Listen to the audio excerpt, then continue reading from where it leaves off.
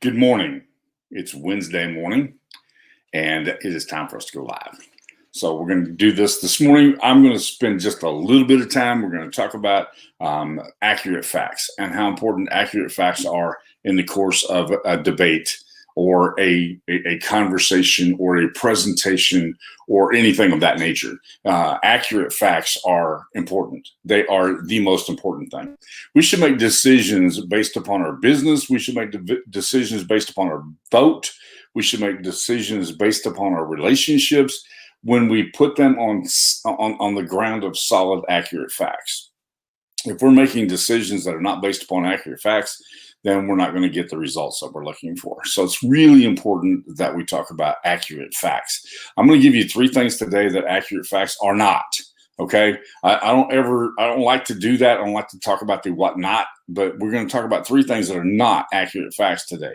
And so I'm going to share those 3 things with you. I'm going to kind of wrap that up and we'll call it good. But thank you, John. Yes, if we don't base everything that we do on accurate facts, and so facts are really important and they're easily manipulated. It's very easy to manipulate the facts. And it's very easy to have conflicting facts. And I say that with some reservation because you can have 2 things that seem to say the opposite, but they can't both be true. It is impossible for 2 opposing things and that's a fundamental logical principle, is that it is impossible for 2 opposing views to be true. It's impossible for that to happen. It cannot happen. And so that's always interesting in a debate because you have 2 sides. That doesn't mean that one of them is automatically wrong. It simply means that the arguments or the presentation in that of 2 opposing views in that argument, they can't both be true. Okay, so you can't say that this thing over here and then have something that completely opposes that and make that true. It just doesn't work that way. It's impossible for that to happen. So we're going to talk about the 3 things that facts are not. Okay, first of all, they're not statements. It is entirely possible for me to make a statement or have a statement get said. And I saw this yesterday. I saw a number of people quoting a magazine article in which the person says that makes a statement. And now the statement is accurate. The statement is accurate. The statement says, we believe that this information that's come out recently about Hunter Biden is Russian disinformation. Now they made that statement. They accurately made that statement. You can quote that statement, but that doesn't make it a fact. It doesn't make it a fact. In fact, what we do know is that there has been an abundance of evidence proving that it's not. But you can make a statement, but that statement doesn't make something true. And so I followed the circular reasoning in this article. It said it had been largely debunked. I went over here, and then that article said it has been the evidence in that has been disproven, and it went over to here, and then and so you go around in circles, and everybody's making a statement, but nobody's making an accurate, factual statement based upon the evidence. Very important to have the evidence included in that. So how do you know that happened? Where is your evidence of that? We kept hearing over the last 3 years that we have evidence. We have incontrovertible evidence, but we never saw it. So you have a statement. What you have is a statement, and a statement is not a fact. A statement may be factual, but it's not a statement. It's funny, Don, because that's exactly the illustration I used with my wife a while ago. I said, I can tell you that the sky is pink, and you can quote me on that, and you can accurately quote me on that, but it doesn't make the sky purple, as Don says. So the statement is not a fact. The statement has to be supported by fact for that to be factual. The second one that is not a fact is polls. Polls are not facts. Polls are not facts. I can tell you that the polls say, and I can give you the poll numbers, but poll numbers are always supported by sample sizes, by the sample type. Those kinds of things have to be included in that poll in order for the poll to make sense. It was a real eye-opening to my students, my debate students, when I took them through a process where a popular poll had come out with an opinion that was stated in that poll. When we did the breakdown and we looked at the sample size, we looked at where the sample came from, we looked at the time that those people were sampled, or their opinions were given and the polls were mentioned. We looked at that. They said there's no way that you can come to that same conclusion. It makes sense that you got the answer that you looked for, but the way that the question was asked made it so obvious that you were feeding people to get a specific outcome, and then they manipulated the outcome to make it say something completely opposite.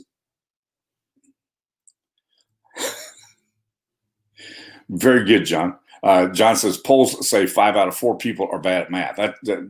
Exactly. And listen, the thing about the 5 out of 4 or the 4 out of 5, or as we used to get the dentist, 1 out of 3 or 2 out of 3 or 7 out of 9 or however it was, is that the only thing that has to be factual in that is that you actually asked 9. That's all that has to be factual. And of those 9, then 7 of them said yes. That's the only thing that has to be factual. So you can't use the polls as facts.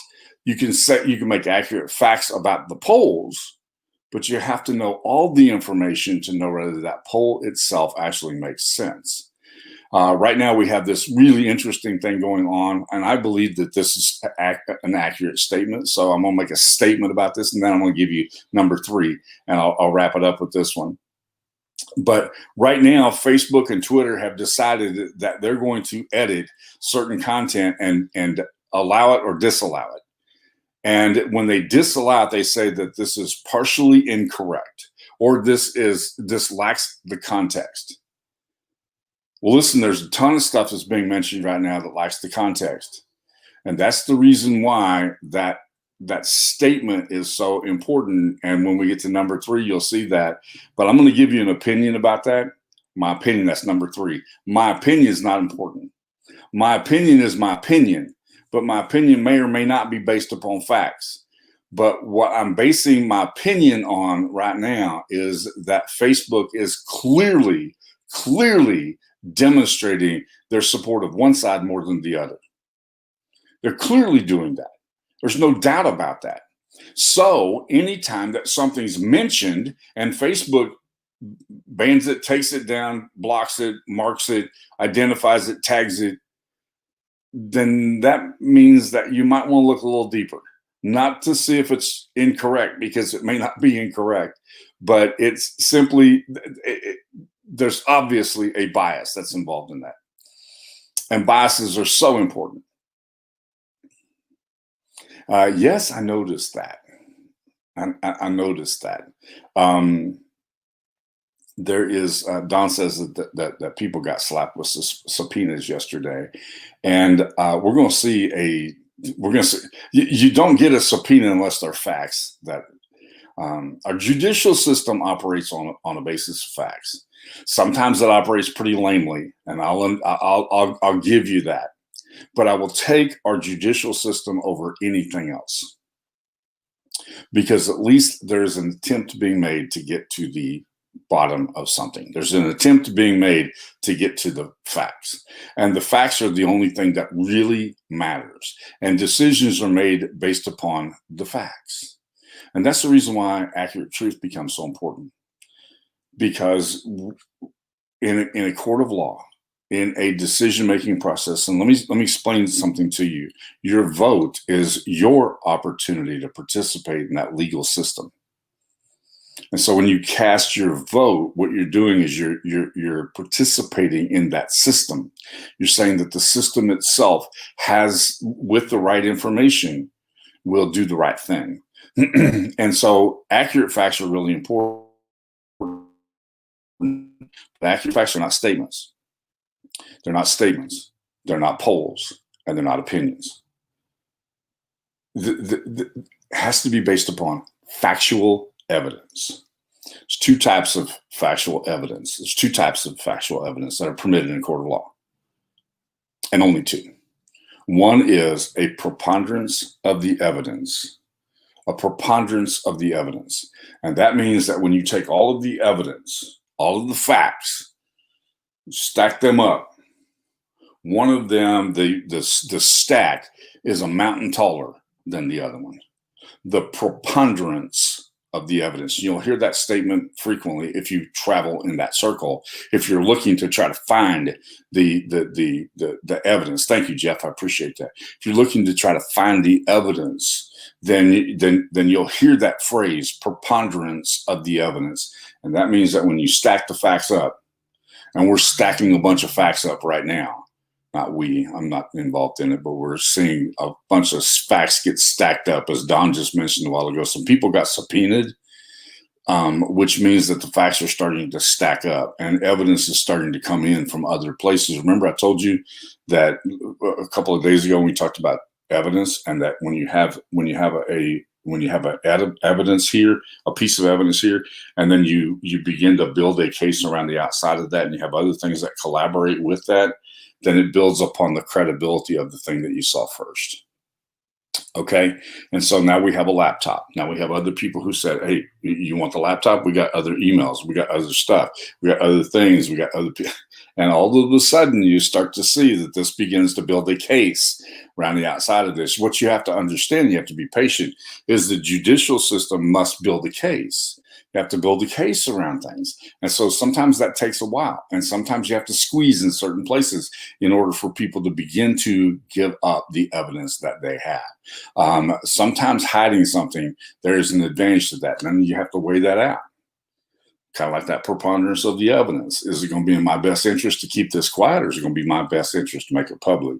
And we're seeing people who are saying, I better make this public, because if I don't, there's going to be a serious damage done to our judicial system, and serious damage done to our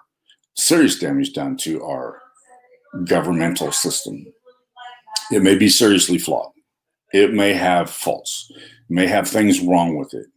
But nevertheless, if we focus our attention on facts, it'll make a difference. And there are some facts that I will talk about later on that we really need to understand. And they are facts. There are facts. I can quote somebody's statement and say this statement is evidence of the attitude of the heart. I can say that. And the reason why you can say that is because Jesus said, out of the abundance of the heart, the mouth speaks.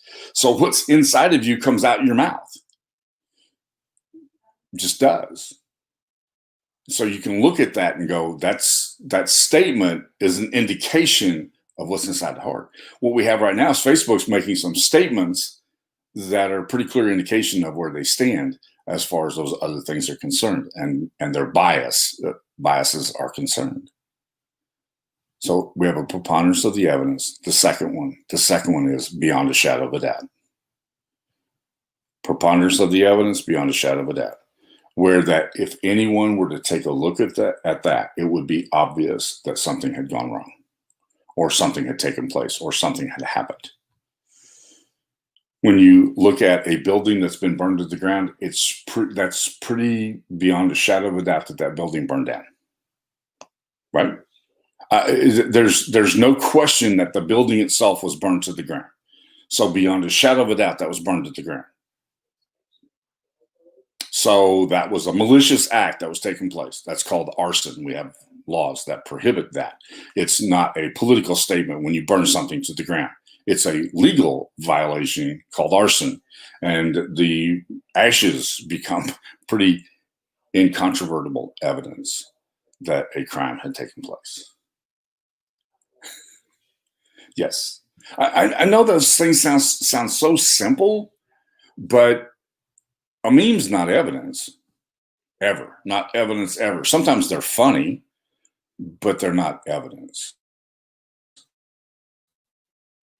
Facts are what matters. Facts can be and frequently are manipulated, but accurate facts are what matters. Be careful that you get the whole truth and not just a snippet of it. In the world that we live in today, we get little tiny snippets. We need to make sure that those little tiny snippets are accurate, because that's all that really matters. Okay, that's what I have for you today. I will be back tomorrow. I've been working on something I'll probably release tomorrow. I normally do that on Wednesdays. Didn't do that this Wednesday because I have been gone part of the week. And so I wanted to kind of get caught up, and I will be sharing something with you tomorrow that I think you'll find kind of fun. Okay. All right. Thank you for joining me today. I look forward to talking to you soon. Love you. Y'all take care. Have a great day. Do something amazing.